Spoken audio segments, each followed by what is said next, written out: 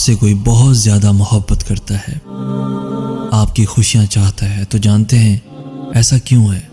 जब अल्लाह किसी को पसंद करता है तो उसके लिए अपने ख़ास बंदे के दिल में मोहब्बत डाल देता है, ताकि ये ज़िंदगी भी जन्नत बन जाए और आने वाली भी।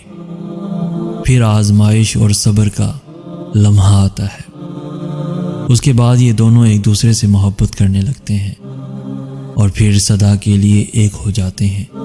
मोहब्बत भी अल्लाह की तरफ से भेजा गया तोहफा है उसके लिए जिससे अल्लाह मोहब्बत करता है।